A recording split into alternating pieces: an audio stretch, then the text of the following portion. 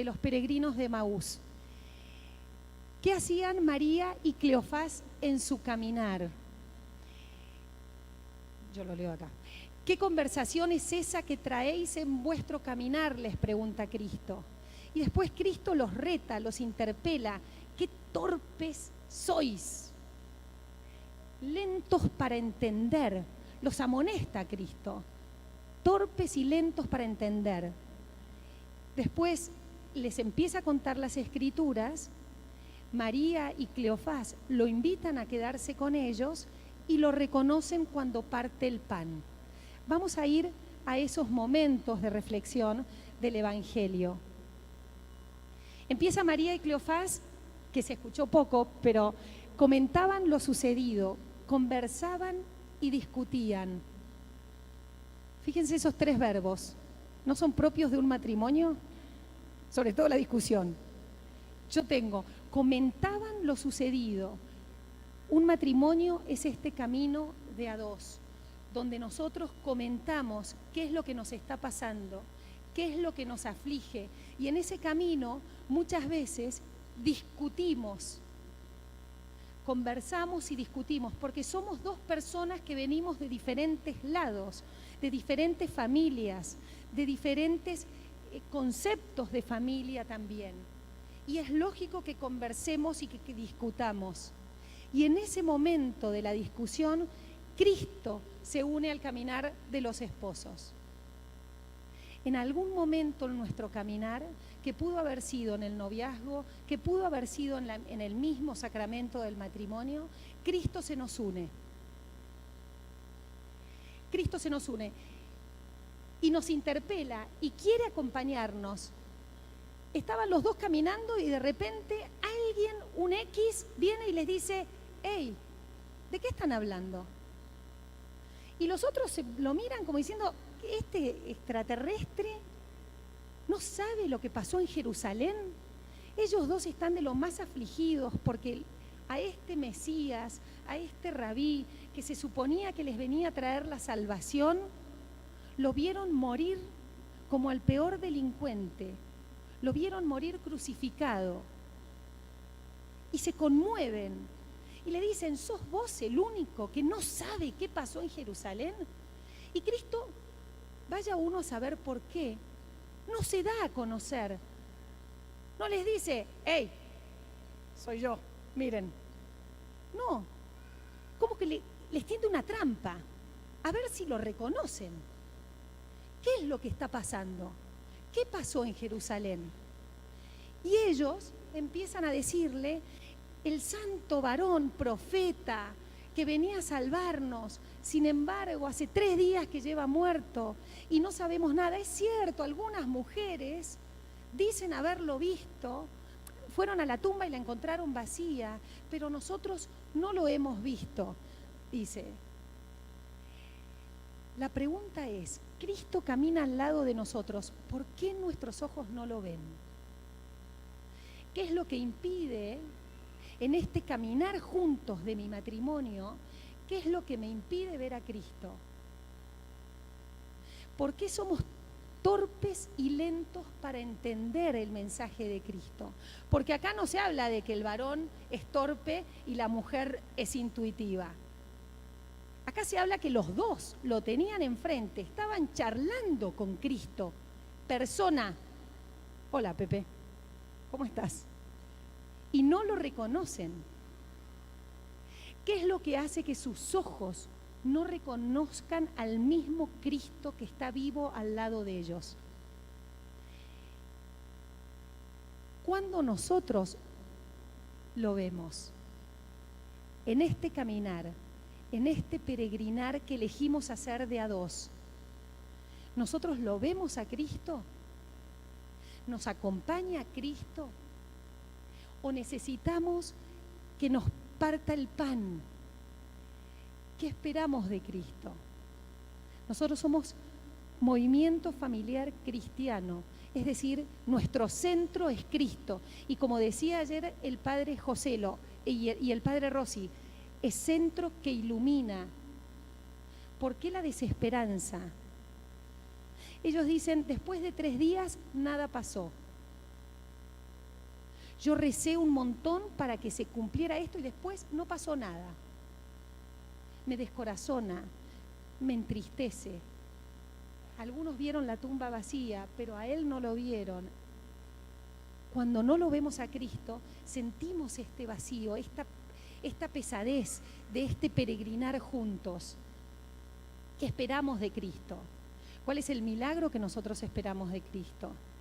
¿Dónde está nuestra fe en Cristo?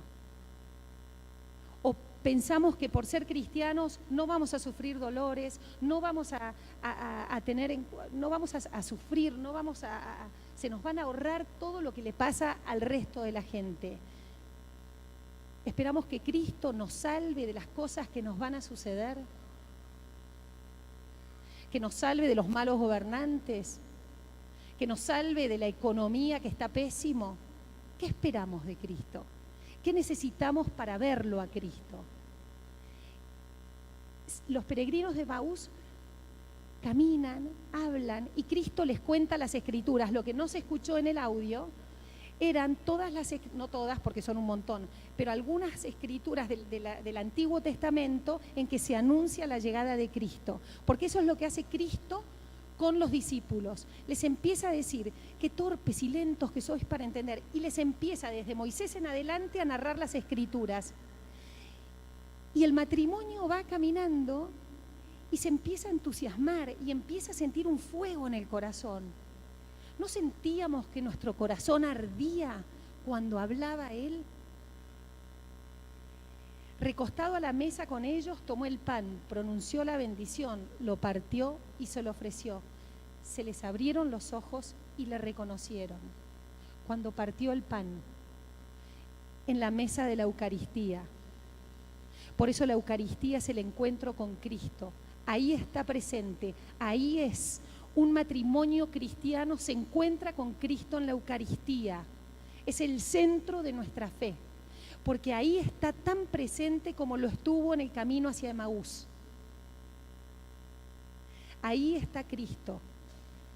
Y esa es la fuerza que nos da a nosotros como matrimonios para seguir adelante pese a las dificultades. Allí donde está Cristo, nuestro corazón arde.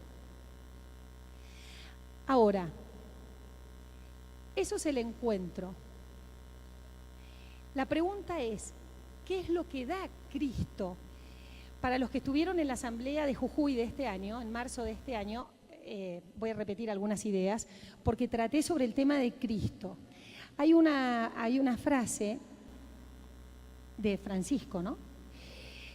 El matrimonio natural, por lo tanto, se comprende plenamente a la luz de su cumplimiento sacramental. Solo fijando la mirada en Cristo se conoce profundamente la verdad de las relaciones humanas. ¿Entendieron? Solo fijando la mirada en Cristo se conoce profundamente la verdad de las relaciones humanas. Es muy fuerte esa frase. Porque me está diciendo a mí que yo voy a entender las relaciones humanas, las relaciones dentro de la familia, solo a través de Cristo. ¿Por qué? ¿Qué tiene Cristo que conmueve?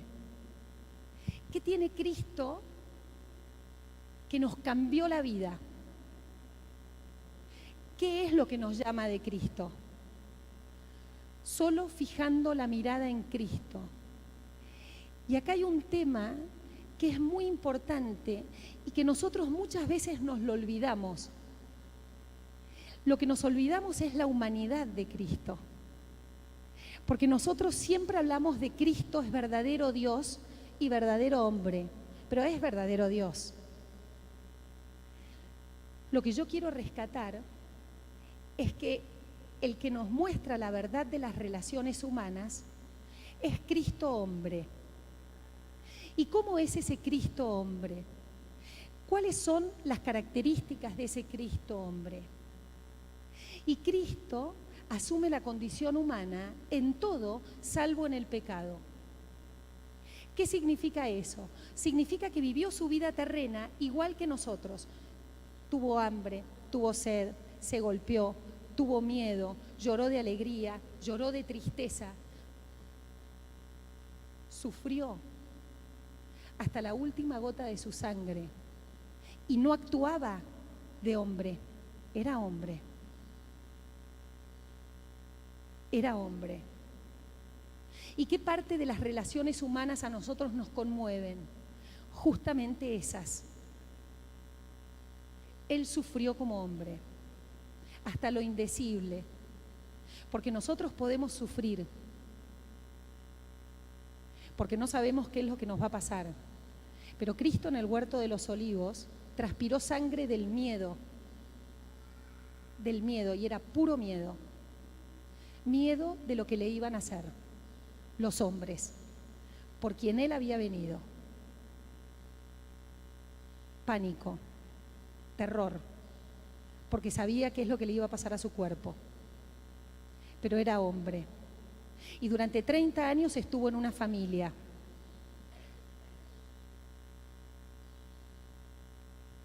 Entonces, esta condición humana, yo la quiero resaltar en un pasaje del Evangelio que también es conmovedor, que es, no sé si se ve porque hay mucho reflejo, pero este es Cristo, acá tiene un látigo, y acá está echando, acá están los del templo, y acá está echando a los mercaderes, acá hay monedas que se caen. Se enojaba.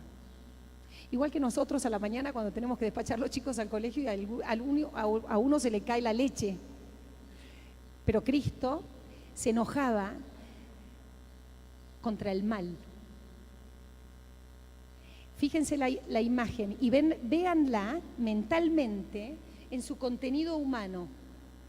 El tipo ve que en el templo de su padre se había convertido en un mercado, pela un látigo, vaya uno a saber de dónde lo sacó, saca un látigo y empieza, salgan, tira mesas, de una violencia humana. Estaba recaliente, vamos a decirlo, estaba enojadísimo. Ahora, ¿por qué estaba enojadísimo? Porque le revela que la casa de Dios sea usada como un mercado. Es la casa de mi Padre. Ahí habla, Santo Tomás de Aquino nos habla de la santa ira, que es la ira que arremete contra el mal. ¿Cuántas veces nosotros no tenemos que tener esa santa ira y estamos tranquilitos y pensamos que la verdadera imagen de Cristo es esta que está acá? Un Cristo con ojos de carnero degollado, un Cristo que no me dice nada, que dice sean buenitos. ¿Sean buenitos y qué? Si esa no es la enseñanza de Cristo. Porque Cristo lo dice claramente, no dice sean buenos, dice sean perfectos como lo es vuestro Padre. Y si hay un mal, despiértense, arremetan contra el mal, luchen contra el mal. Estamos haciendo casi una cruzada por defender la vida del niño por nacer. ¿Qué estamos haciendo por defender la vida del niño por nacer? O nos están pasando por arriba con tanta propaganda, con tanto artista que está a favor de la despenalización del aborto, y nosotros cristianos, ¿dónde está nuestro látigo? Y lo usemos para usarlo bien, para usarlo con altura. Porque la verdad de las relaciones humanas nos la muestra Cristo, y Cristo tiene esta otra cara. Tiene tanta fuerza su temperamento que es capaz de dar la vida por cada uno de nosotros y hasta la última gota de su sangre. Entonces, lo que pasa con el mensaje cristiano es que en el fondo, si no entendemos la profundidad del misterio de la encarnación, si nosotros no lo entendemos, no cala en la vida de nadie. Y si nosotros mostramos un Cristo a la medida de nuestra comodidad, de nuestra zona de confort, estamos mostrando un Cristo falso, un Cristo que no existió. Porque si leemos con atención las Sagradas Escrituras, si leemos con atención los Evangelios, vamos a ver un montón de lugares donde Cristo muestra su humanidad, su temperamento. no es un pusilánime que se deja llevar. Hay otra imagen que es cuando el soldado ya está frente a, me parece que es a Herodes, que un soldado le pega una cachetada, o a Poncio Pilatos me parece, un soldado romano le pega una cachetada y Cristo le dice, si hablé bien, ¿por qué me pegas? Si hablé mal, decime en qué me equivoqué. Yo no sé ustedes, pero eso es de un coraje, que no es que el cristiano tiene que poner la cara para que todos nos peguen, porque somos sumisos. Cristo no fue sumiso. Ahora lo vamos a ver más adelante. Entonces, en Cristo se muestran las verdaderas relaciones humanas. ¿Por qué? En el amor y en el dolor. Un amor indecible. Un amor que es capaz de entregar todo. Hasta el dolor más profundo. Esta Semana Santa yo vi con mis hijos La Pasión, con algunos de mis hijos, La Pasión, que nosotros que somos más grandes la vimos varias veces, pero los chicos no, porque ya es vieja la película, tiene 10 años, y para los jóvenes es un montón de años, para uno no, pero... Y claro, y en La Pasión uno se conmueve, no le quedó piel, le sacaron la piel a los latigazos. Ese sufrimiento me muestra hasta dónde es capaz de llegar el amor. Fíjense qué pedagógico que es ese sufrimiento en la vida familiar. Porque en la familia muchas veces pasa por situaciones de dolor. ¿Cómo transmito yo ese misterio de amor que es capaz de sufrir tanto en los vínculos familiares? Fíjense si Cristo no ilumina verdaderamente lo que es el amor en serio, el amor que se entrega, que se dona, sin preguntar nada a cambio.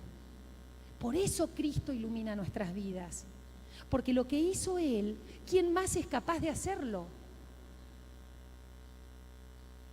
Por eso yo quiero enseñar a mis hijos ese amor, yo quiero vivir ese amor. Es un anhelo de perfección, es un anhelo de santidad.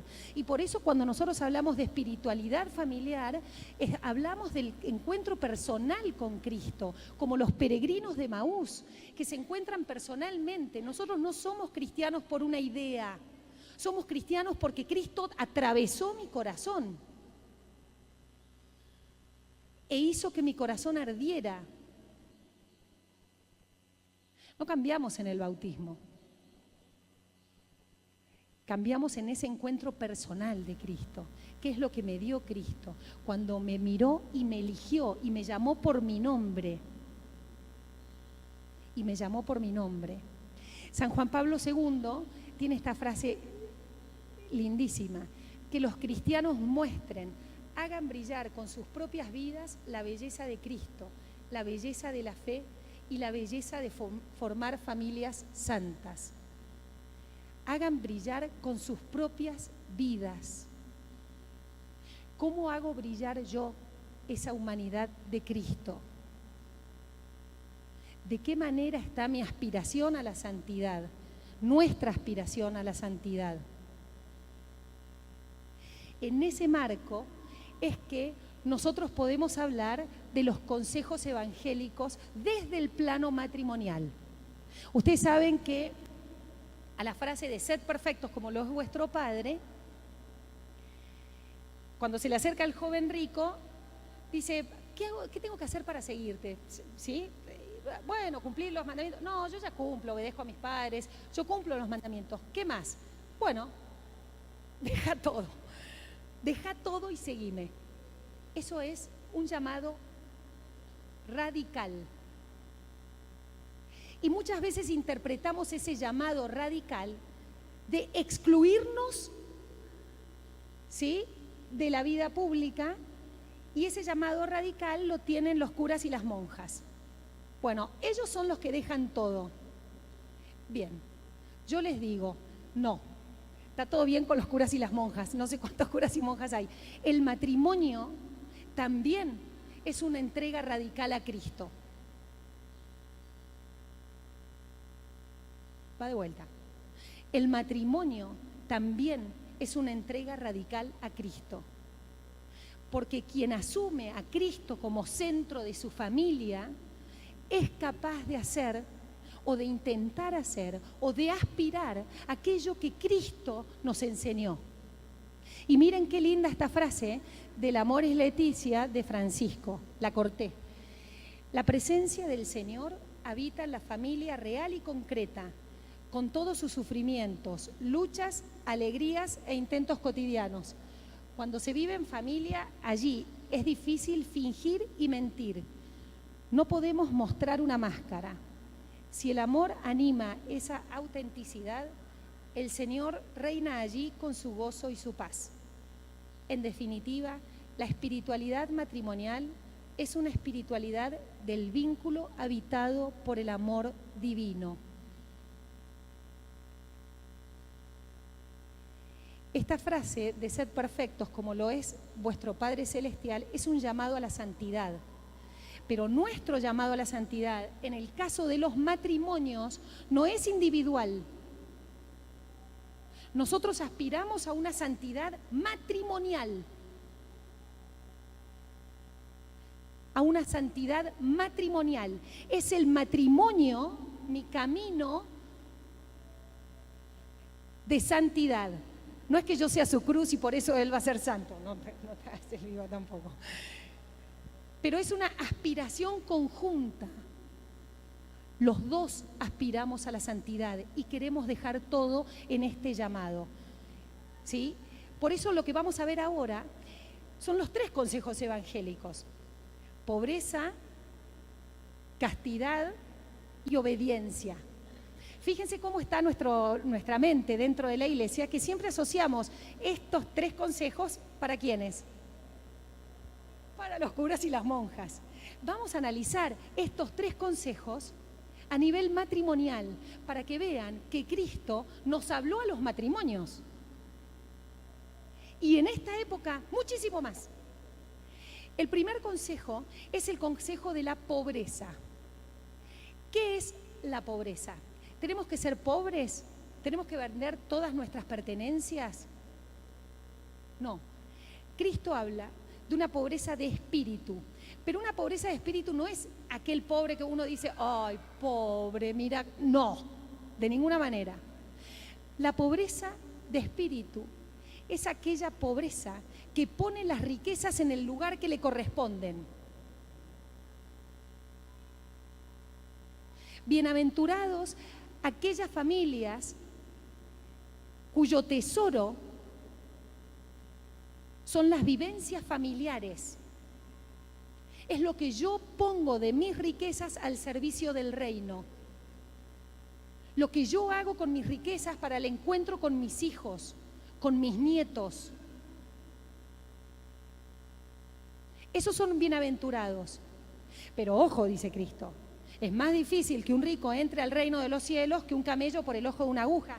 El ojo de la aguja, los muros en Jerusalén, para que no entren todos por todos lados, tenía como una puertecita bien finita que entraba solamente una persona. Un camello no podía entrar. Ese era el ojo de la aguja. Entonces Cristo dice, es más difícil que un rico entre que un hombre por el ojo de la aguja. ¿Por qué? Porque las riquezas, si no las sabemos manejar con este espíritu de pobreza, nos impiden ver lo verdaderamente importante. Nos instalan en un lugar de confort. Ah, bueno, la estoy pasando bomba, mis hijos tienen todo lo que necesitan, listo. Vamos a misa los domingos, cumplimos los mandamientos. Si estamos en esa línea, no estamos aspirando a la santidad. Tenía un amigo que hablaba de los católicos macanudos. Sí, son todos macanudos, van a misa, son buenos tipos. Ahora, ¿qué estamos haciendo para llegar a la santidad? Esa es la pobreza, porque fíjense, nos morimos y no llevamos al cielo nada material, nada. nada. Entonces lo material no puede ser un fin, es un medio. La pobreza material, no riqueza material, la pobreza material también impide ver lo real en toda su dimensión. No podemos. Diógenes Laercio, un historiador de la antigüedad, decía: no hay un pueblo, no hay justicia en un pueblo donde hay demasiados ricos demasiados ricos o pobres demasiados pobres. No hay justicia. Es decir, la riqueza tiene que ser para fomentar la humanidad, para fomentar el bien. Si yo soy rico materialmente, ¿cómo está la disposición de esa riqueza hacia el otro? ¿Qué hago yo? Porque en el fondo somos meros administradores, inclusive de nuestra propia riqueza. Administramos ese regalo que Dios me dio, o por herencia familiar o por trabajo puro y duro. Somos administradores. ¿Qué hacemos con eso? A esa pobreza se refiere. Es una pobreza que pone todo al servicio del reino. En el fondo, el orden es que todo lleve al Padre. Si una gran riqueza nos aleja del Padre, entonces no estamos aspirando a este consejo evangélico de la pobreza. Donde se muestra esto es en la vida diaria. ¿Cuál es el espíritu de austeridad que les estoy dando a mis hijos donde pueden tener de todo? Hay un psicólogo, creo que es yanqui, que dice: a los hijos hay que educarlos siempre con un poquito de hambre y un poquito de frío. Un poquito de hambre y un poquito de frío. No pueden tener todo, porque entonces no van a saber el valor de las cosas. Y la pobreza evangélica habla justamente de saber lo que las cosas valen. Entonces, eso en cuanto a la pobreza. Pero vamos a un tema más controvertido, que acá también nosotros le hacemos como excluyente, que es la pureza. Porque nosotros somos matrimonios cristianos. ¿Cuándo hablamos de pureza matrimonial? ¿Cuándo hablamos de pureza? Porque la pureza, implica una educación de la sexualidad. No implica solamente, restringidamente, abstenerse de las relaciones sexuales. La pureza es la educación de la sexualidad. Por eso nosotros vamos a decir, no es mejor una vocación consagrada que una vocación al matrimonio, porque las dos pueden ser vocaciones consagradas. Estamos hablando de matrimonios consagrados que aspiran a la perfección, y la perfección la buscamos a través de los consejos evangélicos. La santificación no viene si yo tengo o no tengo relaciones sexuales, sino que la santidad viene por la medida del amor que soy capaz de dar. La medida del amor. Se nos va a juzgar por eso, por la medida del amor. Y cuando nosotros hablamos de pureza matrimonial, hablamos de la pureza no solamente sexual, que se dona a sí mismo, que está abierto a la vida, etcétera, etcétera, sino hablamos de otro tema de la pureza, que es una purificación de la mirada y del corazón. Porque nosotros decimos, bueno, yo soy puro, bueno, yo soy fiel, yo cumplo la fidelidad en el matrimonio, listo, cumplo los mandamientos, estamos como el joven rico, cumplo, check, listo. Ahora, no es esa la pureza, cumplir. Hay un nivel mucho más profundo de la pureza, que es la purificación de la mirada y del corazón. Los malos pensamientos. Los puros de corazón no son los que hacen acciones exteriores puras. Los puros de corazón son aquellos cuyas primeras mociones son puras. Si yo soy fiel en mi matrimonio,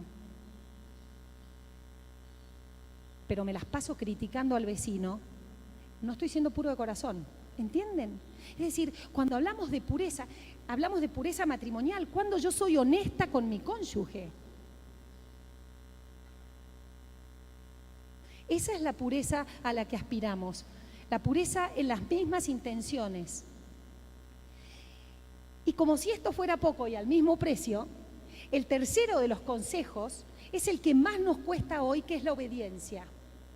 Entonces decimos, no, a ver, yo prefiero ser libre. A mí la obediencia no me gusta, no me va, no me cuadra. ¿Por qué tengo que obedecer? La pregunta es, ¿por qué la obediencia es un consejo evangélico? ¿A quién tengo que obedecer? Y Cristo nos lo enseña. Nosotros estamos diciendo que Cristo es el que ilumina nuestra vida. La voluntad del Padre. Obedecer la voluntad del Padre. ¿Por qué la tengo que obedecer? Porque el Padre tiene los mejores planes para mí, solo que yo no me doy cuenta hasta que los estoy viviendo. Y muchas veces esa obediencia a la voluntad del Padre me cuesta sangre, sudor y lágrimas. Acá no se ve mucho, pero es Cristo. Yo todas las escenas las saqué de la Pasión, ¿no? Las imágenes. Es Cristo que llora, que transpira, que dice, no quiero obedecer. No quiero obedecer. No quiero pasar por este sufrimiento. No quiero pasar por la muerte de un hijo. ¿Por qué le tengo que decir sí a eso? Es antinatural que se te muera un hijo. ¿Por qué lo tengo que obedecer? Porque Dios sabe más. Y nos rebelamos y pataleamos. Pero la obediencia de Cristo nos ilumina. Ojo, obedecer muchas veces implica ir en contra de lo que uno quiere. Obedezco al sacramento de mi matrimonio. La etimología de la palabra obediencia es bien interesante. Se compone de un prefijo ob, audire, escuchar. Ob es un prefijo latino que implica, ¿me entienden el gesto, no? No me sale la palabra. Sí, encontronarse, discutir, sí, eso. Ob implica esto. Ob implica esto. Audir, escuchar. Obedecer es escuchar a pesar de que estoy en desacuerdo. ¿Cuántas veces en un trabajo, cuántas veces en la familia se nos exige la obediencia? Esa es la profundidad de este consejo evangélico. Si prometí ser fiel, obedezco a ese sacramento. Fíjense la coherencia que implica ser obediente, que no es lo mismo que ser sumiso. ¿Por qué? Porque yo soy obediente siendo libre, libremente obedezco, libremente me ato. Es ser coherente. La obediencia me habla de esta humildad de ser hijos de Dios. Yo soy hijo, me arrodillo, soy nada. Dios sabe más. Es entregarse a la voluntad de Dios, poniendo lo que tenemos que poner, pero es entregarse a la voluntad de Dios. Y si a mí me exigen una obediencia coercitiva, obedezco por amor. Obedezco por amor. ¿Cuáles eran las características de la obediencia de Cristo? Es, por momentos, una obediencia ciega. Él está en el huerto de los olivos, suplicándole al Padre que vea otra manera de salvar a la humanidad. Que vea otra forma. Es necesario morir de esta manera. Es necesario, pero que se haga tu voluntad, ciegamente, obedece. Esa obediencia es por amor, siempre es por amor. Nosotros somos obedientes por amor, a aquella promesa del comienzo, aquel amor primero que tuve. Trae sufrimiento. Aceptar la voluntad del Padre trae sufrimiento porque no la entendemos. Pero confiamos en que Dios es bueno y bueno es todo lo que Él hace y que Dios es un Padre. Y así como yo, madre, no quiero el mal para mis hijos, Dios no quiere el mal para mí. Y en eso confiamos. Por eso debemos obedecer. Entonces tenemos este encuentro con Cristo que cambia nuestras vidas, que nos transforma. Es un Cristo que ilumina nuestra vida y es un Cristo que nos pide que seamos perfectos. ¿Cómo llegamos al estado de perfección? La iglesia decía status perfectionis, hoy ya no se usa tanto ese término. Ese estado de perfección a través de los consejos evangélicos. ¿Los podemos vivir nosotros matrimonialmente? Claro que sí, estamos llamados a la santidad, pero a la santidad matrimonial. Y ahora a trabajar en la primera parte.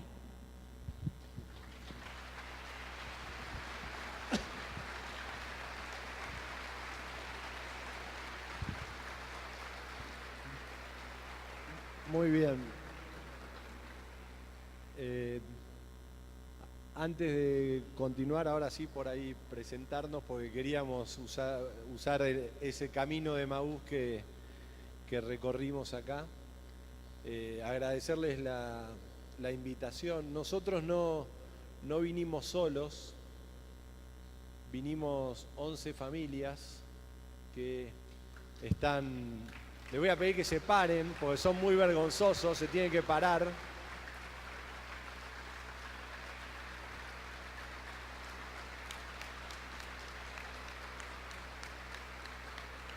Y lo otro que por ahí es importante es que lo que traemos es una propuesta de trabajo para ustedes. Por lo tanto, van a trabajar más ustedes que nosotros y ahora viene el primer momento de trabajo.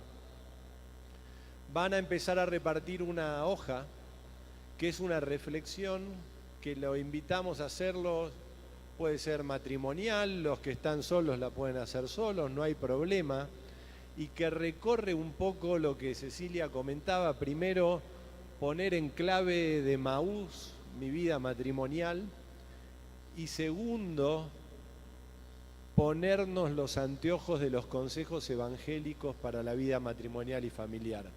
Entonces, ¿cómo va a ser? Estamos repartiendo esas hojas.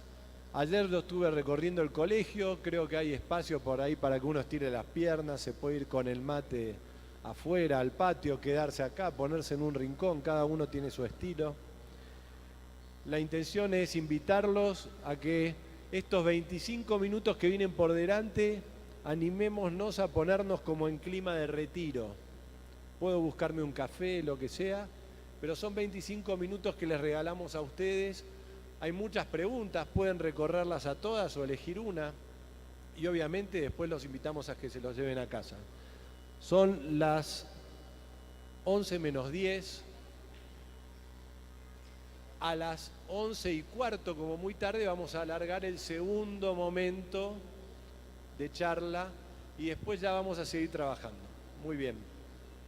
A las 11:15 yo empiezo a hablar con los que estén sentados. Eso queda así, porque si no nos extendemos demasiado, ¿está? Entonces tienen hasta las 11:15 para hacer esa reflexión personal o matrimonial. Muchas gracias. Ilumina Cristo nuestras vidas y el llamado a la santidad, que me gusta más que el llamado a la perfección, el llamado a la santidad matrimonial.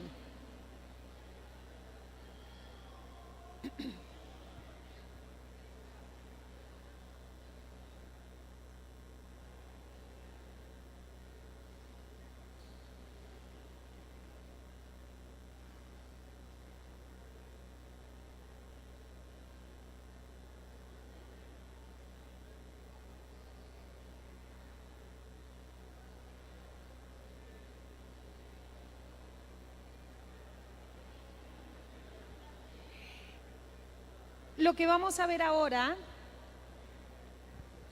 está todavía la gente llegando, es el estilo de vida.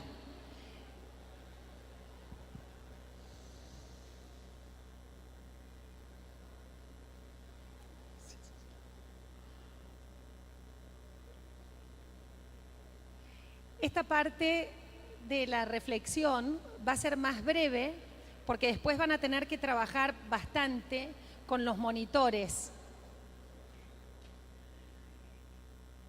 Si a nosotros el encuentro con Cristo no se concreta en expresiones cotidianas, no sirve de nada. No sirve de nada. El encuentro con Cristo me conmueve y me impulsa o me cambia en mi actuar.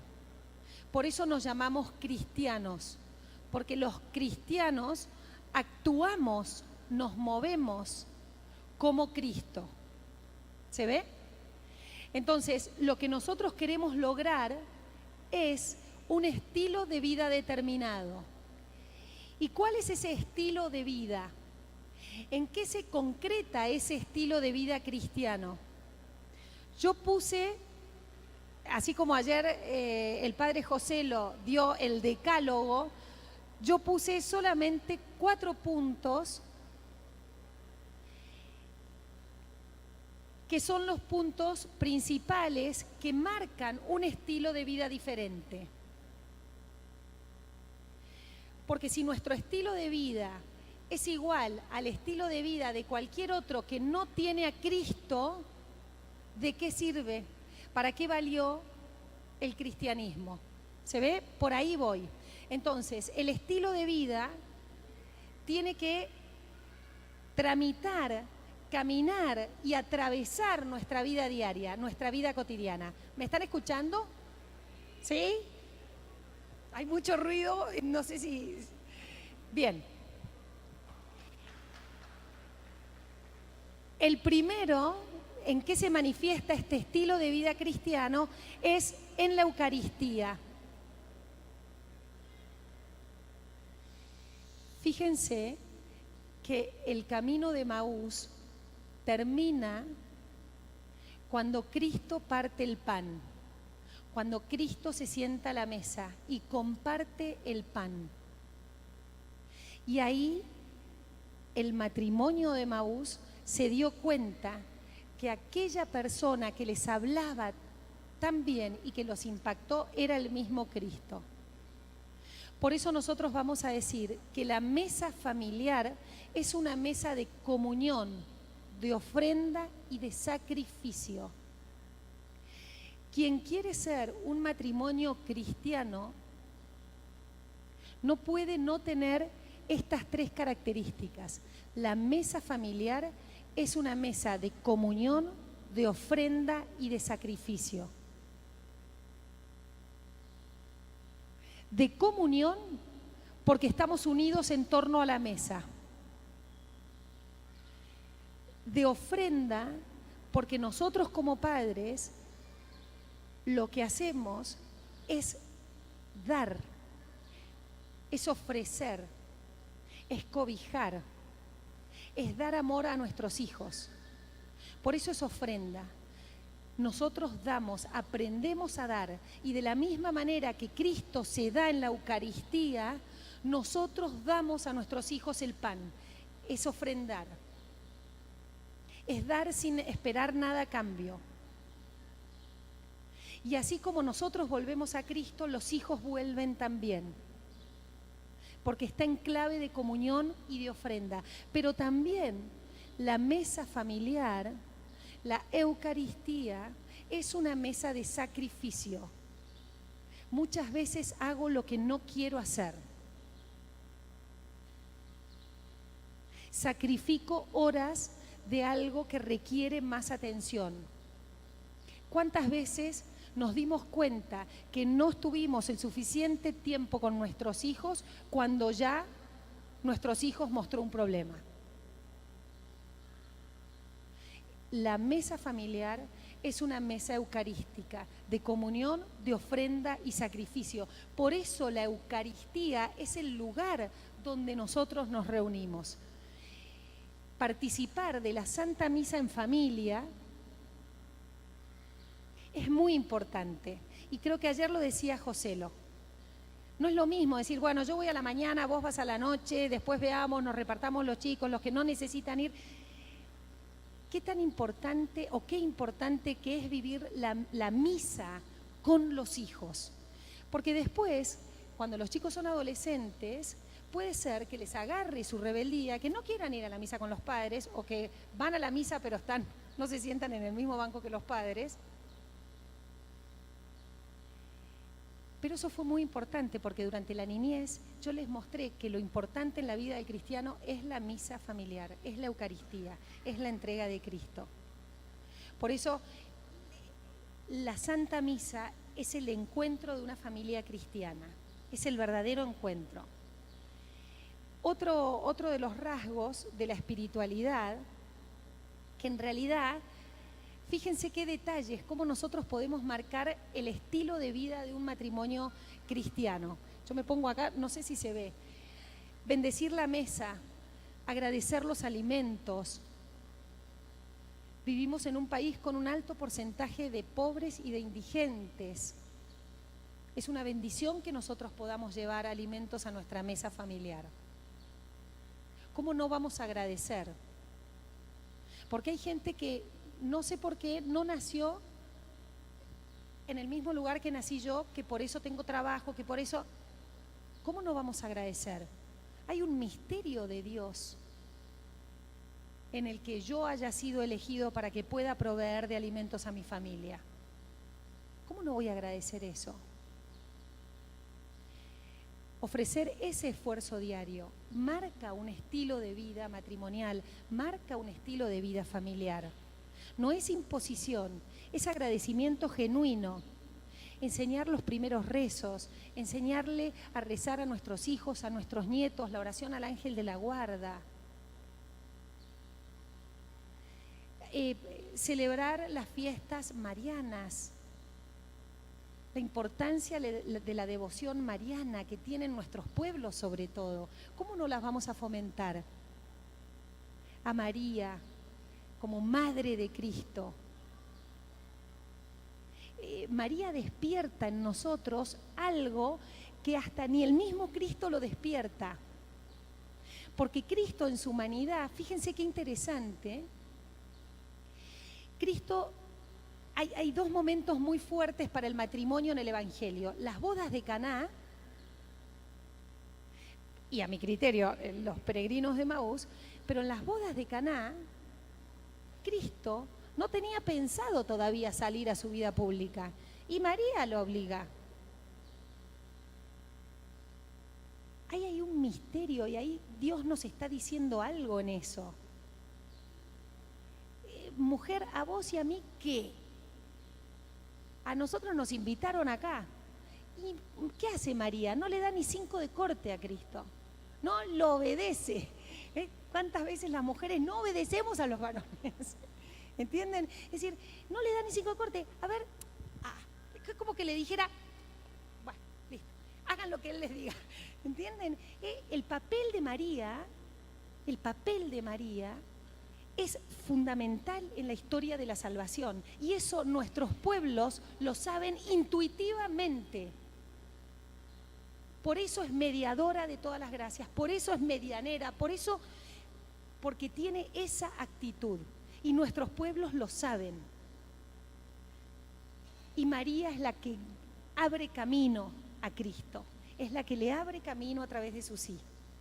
Entonces, despertar esta devoción mariana en nuestros hijos, en nuestros nietos, en nuestro entorno, pero no a modo de una piedad de santería, de una piedad genuina. De una piedad genuina. María es la que sale al encuentro, se entera que está embarazada y sale al encuentro de su prima Santa Isabel, que estaba más complicada que ella. Ahí está María.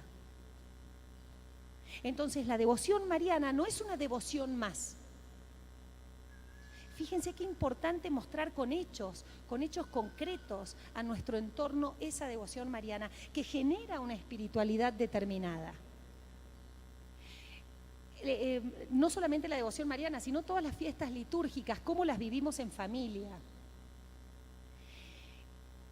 El diálogo.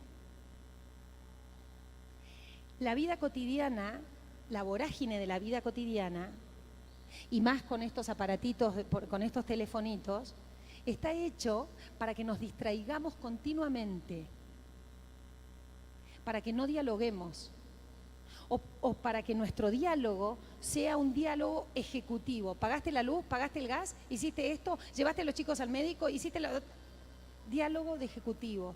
Pero ayer el padre José y después también el padre Rossi nos lo decían claramente: conversar, discutir, conversar, charlar, dialogar. ¿Sí? Ayer el padre Rossi hacía esta señalización. A ver, una cosa es conversar, otra cosa es dialogar. El matrimonio de Maús conversaba, dialogaba y discutía. Cuando un matrimonio no tiene un sí ni un no, hay problemas. Porque cuando la vida diaria nos pasa por encima, llega un momento en que nos tenemos que revelar. El diálogo es fecundo, el cambio de opiniones, el hacerse un momento para el diálogo, el decir, nos vamos a tomar un café los dos solos y hablamos de lo que hay que hablar. Qué sano que es eso para un matrimonio. No lo descuidemos. Un matrimonio sin diálogo está condenado al fracaso o a la infelicidad. En el diálogo uno pone el corazón en el corazón del otro. Y ahí se acerca Cristo. Dice Francisco, reconozcamos que para el diálogo valga la pena, a ver si esto se acerca, no. Que para que el diálogo valga la pena hay que tener algo que decir, y eso requiere una riqueza interior que se alimenta en la lectura, la reflexión personal, la oración y la apertura a la sociedad. Hay algo que decir. Si yo paso mi vida nadando en la superficie, no tengo nada para hablar, no tengo nada para decir. ¿Qué es lo que me conmueve? ¿Qué es lo que me llama la atención? Y eso es diálogo. El diálogo, para que haya diálogo tenemos que tener algo que decir. Y hay otro elemento que hace a la espiritualidad familiar, que es el encuentro con el otro, es la parte social. Nuestros matrimonios tienen un componente social muy grande, porque no vivimos para nosotros, vivimos para los demás. Y es lo que dice el Papa Francisco cuando habla del amor social, la importancia que tiene la vida familiar en la sociedad. Hace poco vivíamos el corpiñazo enfrente del Congreso. ¿Qué tiene esa chica, qué tiene ese grupo de mujeres para decir? ¿Qué tenemos nosotros para mostrar como sociedad? ¿Dónde están los límites? Porque si esas chicas no tienen límites, es que no hubo límites en la vida familiar. Y los límites son tan sanos para crecer recto. ¿Se ve? Es decir, tenemos una sociedad cuyas familias, y de esto va a hablar Pepe más adelante, cuyas familias están perdidas. Bien, nosotros somos familias cristianas. ¿Cómo estamos con el tema límites? Nosotros somos familias cristianas. ¿Dónde está nuestro estilo de vida que sale al encuentro del otro? Que presta atención no solamente a lo que pasa en casa, sino a lo que pasa alrededor. La solidaridad cristiana se entiende desde el amor fraterno, camino para llevar el mensaje salvífico al necesitado, pero también lugar de encuentro con Cristo en el necesitado. Somos familias que tenemos la gran ventaja de tener trabajo, llevar pan a nuestras familias. Bien, hemos recibido mucho. Tenemos que salir de la zona de confort. Y yo admiro al movimiento familiar cristiano por la cantidad de obras apostólicas que tienen. Los admiro profundamente, porque hay que salir de la zona de confort. Estamos bien. Estamos en un grupo de gente, todos hablamos en el mismo idioma, no sabes lo bien que me siento. Bien, ese es el primer momento. El segundo momento es salir. Hemos recibido mucho. Nos han dado 10 talentos. Tenemos que devolver 20. No le podemos decir, bueno, acá lo puse en el banco y tengo tanto % de interés. Nos necesita, el mundo nos necesita. El mundo necesita de familias que aspiren a la santidad. Familias con sus miserias, con sus errores, pero que tengan una alta aspiración a la santidad. Nuestros hijos necesitan eso. Nuestros hijos necesitan modelos. Nuestros nietos necesitan modelos. Es el amor que sale al encuentro del otro. Si hemos recibido tanto, hay que dar. Si no, nos convertimos en una religión intimista, en una religión hacia adentro. El Papa Francisco tiene una expresión muy gráfica: peinamos ovejas.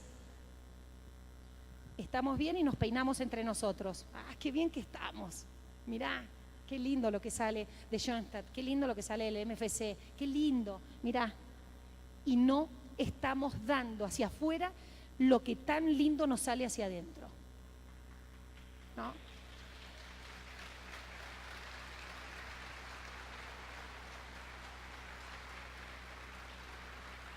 Porque hay que tener cuidado, hay que tener mucho cuidado. Nos lo van a reclamar. Y uno no es que actúe por miedo, pero cuidado, porque si llegamos a diluir el mensaje de Cristo, nos lo van a exigir. ¿Qué pasó? Vos escuchaste, vos entendiste lo que yo te dije, vos entendiste mi mensaje. ¿Qué hiciste con ese mensaje? ¿Cuándo saliste al encuentro del necesitado? Y no podemos decirle a Cristo, es que alrededor mío no había necesitados. Entonces el amor que sale al encuentro es el amor que sale de la familia. Cuando ayer José lo decía, hay que rezar por las vocaciones, porque todos rezamos por las vocaciones, pero que la vocación sea del vecino y no de algún hijo mío. Las vocaciones sacerdotales que tanta falta nos hacen, ¿de dónde salen? De las familias. Salen de las familias. Salen de lo que yo les pude transmitir a mis hijos, la aspiración que yo pueda darles a ellos. Entonces, este es el amor que sale al encuentro del otro. La familia es la célula de la sociedad, pero esa sociedad se nutre de las familias. Pensemos en la sociedad que tenemos y qué tipo de familias hay y qué tipo de familias queremos tener. Es clave eso. El salir al otro también nos relaciona con la creación. Lo social también está relacionado con el medio ambiente. ¿Cómo uso yo el medio ambiente? Las cosas creadas, esto es la Laudato Si del Papa Francisco. El amor social se expresa diariamente en nuestra forma de consumir. Somos cuidadosos, no somos cuidadosos. ¿No ven hasta dónde llega el tema de la espiritualidad familiar? Hay muchísimo por trabajar. Tenemos un montón de herramientas, los cristianos sobre todo. Pero porque tenemos un montón de herramientas, tenemos un montón de desafíos y un montón de responsabilidad. Un montón de responsabilidad. Porque nos van a pedir lo que nos dieron. Y está bien que sea así. Nos van a pedir por el amor que fuimos capaces de dar. A mi cónyuge, a mis hijos, a mi sociedad. Se amplía el círculo, a mi sociedad. En el cuidado de las cosas, en el uso de las cosas y en el amor al más necesitado. Eso es lo que marca un estilo de vida familiar cristiano. Eso y nada más que eso. No puedo decir solamente eso porque ya es un montón. Lo que pasa es que tenemos que trabajarlo y lo tenemos que hacer consciente. Hasta acá mi participación. Ahora vamos a tener un encuentro de un trabajo mucho más pautado y ahora el protagonismo lo tiene Pepe. Muy bien.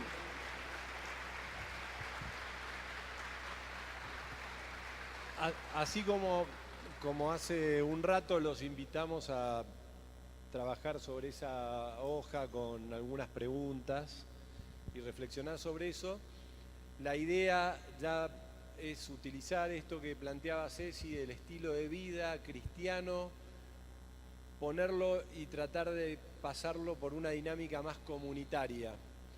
En distintos lugares, como pueden ver, hay afiches blancos y en cada banco ustedes tenían un número. Hay grupos y es el grupo que me tocó en mi número. Si a Ceci le tocó el 1 y a mí el 2, yo voy al 2 y ella va al 1. Entonces, vamos a trabajar en grupos, cada uno tiene un número. Los números de el 12 para arriba tomamos la unidad nomás. El 12 va al 2, el 13 va al 3, ¿se entiende? Y ahí vamos a trabajar durante unos 20, 25 minutos pensando en dos cosas. Queremos invitarlos a que se piensen ustedes, a que se miren en el espejo de nuevo, a través de los consejos evangélicos y del estilo de vida de un matrimonio del movimiento familiar cristiano.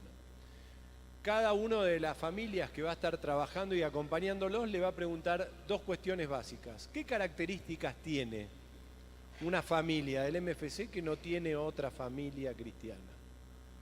Y en función de esas características, ¿qué costumbres? Entonces, tenemos 20 minutos hasta el Ángelus, 20 minutos más o menos, que ahí es donde nos deberíamos volver a encontrar, por lo cual tenemos que ser 7 minutos más eficientes de lo que habíamos pensado. Así que ya no hablo más, y cada uno a su grupo. Hay 3 grupos afuera, de aquel lado hay 2 grupos y acá hay otros 2. Entonces, 1, veo allá,